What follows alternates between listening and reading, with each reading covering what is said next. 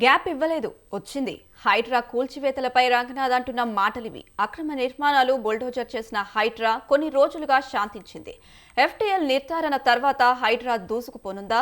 కొత్త ఏడాది హైడ్రా ఏం చేయనుంది? చెరువుల పరిరక్షణపై హైడ్రా భవిష్యత్ కార్యాచరణ ఏంటి? కబ్జాలపై చర్యలు ఎలా ఉండనున్నాయి?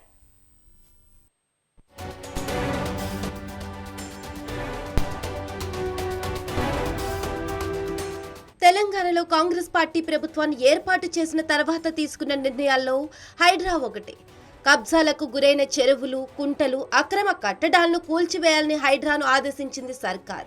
హైడ్రా చైర్మన్ గా ముఖ్యమంత్రి రేవంత్ రెడ్డి ఉండగా, హైడ్రా కమిషనర్ గా సీనియర్ ఐపీఎస్ అధికారి ఏవి రంగనాథ్ బాధ్యతలు స్వీకరించారు.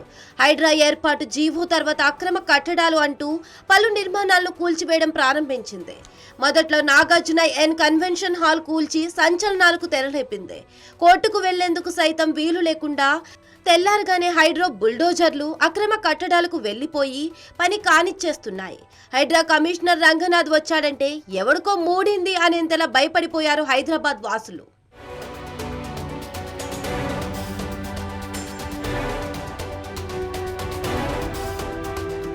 బడాబాబుల అక్రమ నిర్మాణాలు కూల్చితే సభాషన్న ప్రజలే, పేదలు, మధ్యతరగతి వారు కట్టుకున్న ఇళ్ల జోలికి వెళ్లడంతో వ్యతిరేకత ప్రారంభమైంది.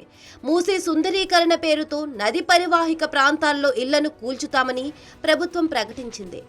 పలు ఇళ్లకు రెడ్ మార్క్ వేయడంతో ప్రభుత్వంపై వ్యతిరేకత వచ్చింది. రియల్ ఎస్టేట్ వెంచర్స్ కి అనుమతులు లేవని నోటీసులు ఇచ్చి కూల్చేస్తారన్న ప్రచారం జరగడంతో హైడ్రాతో పాటు ప్రభుత్వంపై మరింత వ్యతిరేకత వచ్చింది. దీంతో మెల్కొన్న ప్రభుత్వం ప్రజలు నివాసం ఉంటున్న ఇళ్లను కూల్చమని, నిర్మాణంలో భాగమైన షెడ్డులు, ప్రైవేట్ వెంచర్స్ మాత్రమే కూలుస్తామని ప్రకటించింది.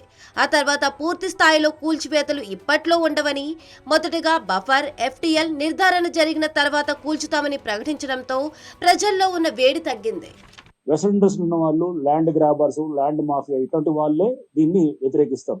ఇది యాక్చువల్గా ఇది first kind in the country. ఇది సో వేరే రాష్ట్రాలన్నీ కూడా మన ఇది ఈ మోడల్ని వాళ్ళు కూడా ఫాలో అవ్వాలని చెప్పి అందరూ ట్రై చేస్తున్నప్పుడు ఇది ఎందుకంటే మనకు ఉన్నటువంటి గవర్నమెంట్ ల్యాండ్స్ని, పార్కుల్ని, చెరువుల్ని కాపాడుకోవడానికి ఇది ఒక ఎన్ఫోర్స్మెంట్ వ్యవస్థ లాగా పనిచేస్తున్నది. సో ఇది ఒక మంచి ఉద్దేశంతో దీనికి కావాల్సినటువంటి అన్ని పవర్స్ కూడా ఇచ్చారు. సో ఇటువంటి వాటి వల్ల అంటే మనం ఏం చేద్దాం అంటే అర్థం ఏంటి? ల్యాండ్ని కబ్జా కానిద్దామా, వదిలేద్దామా, చెరువులన్నీ ఆక్రమిద్దామా, పార్కులు పోనిద్దామా, గవర్నమెంట్ ల్యాండ్ అంతా కూడా ఎవడో కబ్జా చేస్తుంటే మనం చూద్దామా? కాదు కదా. సో ఇదంతా అందరికి సంబంధించిన భూములు, అందరికి సంబంధించిన ఆస్తులు, ఉమ్మడి ఆస్తులు, కమ్యూనిటీ అసెట్స్. ఈ కమ్యూనిటీ అసెట్స్ ని కాపాడటానికి హైడ్రా అనేది ఉన్నది. అండ్ దీనికి అందరూ కూడా ప్రజల నుంచి కూడా వస్తున్నది. చాలా మంది కూడా ఎడ్యుకేటెడ్, ఎస్పెషల్లీ అసోసియేషన్స్, వీళ్ళందరూ కూడా చాలా మంది ముందుకు వస్తున్నారు. సో కొంతమంది ఎవరైతే మిస్గైడెడ్ ఉన్నారో వాళ్ళు కూడా త్వరలో వాళ్ళు కూడా మెల్లిగా నిజం నింపాదిగా తెలుస్తుంది అనమాట. మెల్లిగా వెళ్ళే కొద్దీ కూడా వాళ్ళందరికీ కూడా అర్థమవుతుంది ఇది ఎక్కడ కూడా పేదల మీద పోయేటటువంటి వ్యవస్థ కాదు, సామాన్యుల్ని ఇబ్బంది పెట్టేటటువంటి వ్యవస్థ కానే కాదు. హైడ్రా వార్షిక నివేదికను కమిషనర్ రంగనాథ్ ప్రకటించారు.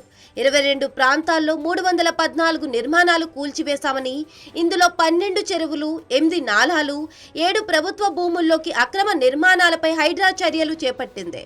మొత్తం కూల్చివేతల్లో దాదాపు 200 ఎకరాలను స్వాధీనం చేసుకుని ప్రభుత్వానికి అప్పగించింది హైడ్రా. హైడ్రాకి అధికారులు లేవంటూ విమర్శలు రావడంతో అసెంబ్లీలో బిల్లు పెట్టి మరీ అన్ని శాఖల వద్ద ఉన్న అధికారాలను హైడ్రాకు అప్పగించింది రాష్ట్ర ప్రభుత్వం. ఇందులో భాగంగా హైడ్రా పిఎస్ రానుంది. హైదరాబాద్ పరిధిలోని చెరువులు, ఎఫ్టీఎల్ ను గుర్తించడం ఈ ఏడాది టార్గెట్ గా పెట్టుకుంది. హైడ్రా అచీవ్మెంట్స్ లో మీరు చూస్తే కనుక దాదాపు ఇప్పటికి 200 acres ఆఫ్ ల్యాండ్ ని రీక్లెయిమ్ చేయడం కూడా జరిగింది. సో దీంట్లో 8 పార్కులు ఉన్నాయి, దాదాపు 12 చెరువులు ఉన్నాయి, అండ్ 4 గవర్నమెంట్ ల్యాండ్ పార్సిల్స్ ఉన్నాయి. ఇవన్నీ కూడా ఇప్పటిదాకా చేయడం జరిగింది. త్వరలో ఒక హైడ్రా పోలీస్ స్టేషన్ కూడా ప్రభుత్వం ఏర్పాటు చేయడానికి దిశగా కూడా అడుగులు మేము ఆల్రెడీ మొదలెట్టాము. అండ్ త్వరలో అది కూడా అవుతుంది. అండ్ ఈ ప్రధానంగా మాకు ఉన్నటువంటి ఈ సంవత్సరంలో చేసేది ఎఫ్టీఎల్ డిమార్కేషన్ అనేది చాలా ఇంపార్టెంట్. సో చెరువులు ముందు దాదాపుగా 1025 వాటర్ బాడీస్ ని ఐడెంటిఫై చేయడం జరిగింది. సో ఈ 1025 వాటర్ బాడీస్ కూడా మనము ఇతర అంటే రకరకాల పద్ధతుల ద్వారా survey of India topo sheets, cadastral village maps and revenue records అంటే పహానీల్లో కానీ వీటిలో మనకి ఉన్నటువంటి డేటా తోటి satellite images and aerial pictures, aerial images తోటి కూడా మేము అంటే డ్రోన్ ఇమేజెస్ కానీ లేకపోతే గతంలో ఏరియల్ సర్వేస్ చేసినటువంటి ఆ డేటాను కూడా తీసుకొని చేస్తాం. హైదరాబాద్ లో పెద్ద ఎత్తున అక్రమ కట్టడాలు ఉన్నాయని, వాటి వెనుక బడా మాఫియాలు ఉన్నాయని హైడ్రా ఆరోపిస్తుంది. అక్రమ కట్టడాలపై హైడ్రాకు ఇప్పటి వరకు 5,800 ఫిర్యాదులు వచ్చాయి. ఫిర్యాదులన్నింటినీ పరిశీలిస్తున్నామని, సాధారణ ప్రజలు, సొసైటీలు, కాలనీ అసోసియేషన్ ఇచ్చేటువంటి ఫిర్యాదులను మొదటి ప్రాధాన్యతగా తీసుకుంటామని హైడ్రా కమిషనర్ రంగనాథ్ ప్రకటించారు. ఇక అక్రమ కట్టడాల కూల్చివేతలపై హైడ్రా కమిషనర్ రంగనాథ్ క్లారిటీ ఇచ్చారు. హైడ్రా కూల్చివేతలు ఆగలేదని, గ్యాప్ మాత్రమే వచ్చిందన్నారు. ఎఫ్టీఎల్ నిర్ధారణ తర్వాత అక్రమ కట్టడాలు ఎన్ని ఉన్నా, ఎవరు కట్టినా, ఎక్కడ ఉన్నా కూల్చివేస్తామని ప్రకటించారు. 2019 జూలై తర్వాత నిర్మాణాలపై మాత్రమే ఫోకస్ ఎక్కువగా ఉంటుందని, అంతకుముందు నిర్మాణాలను కూల్చివేయం అన్నట్లుగానే ప్రకటించారు రంగనాథ్.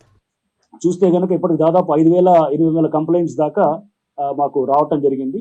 సో అనాథరైజ్ కన్స్ట్రక్షన్స్ మీద కూడా హైడ్రాకి ఇప్పుడు అదర్ దెన్ జిహెచ్ఎంసీ, అంటే అవుట్ సైడ్ జిహెచ్ఎంసీ చుట్టూ ఉన్న 27 మున్సిపాలిటీస్ లో కూడా అనాథరైజ్ కన్స్ట్రక్షన్స్ మీద కూడా యాక్ట్ చేసేటటువంటి అధికారం మున్సిపాలిటీస్ యాక్ట్ ద్వారా మాకు సంక్రమించడం కూడా జరిగింది అనేది కూడా మీ అందరికీ కూడా తెలియపరుస్తున్నాం.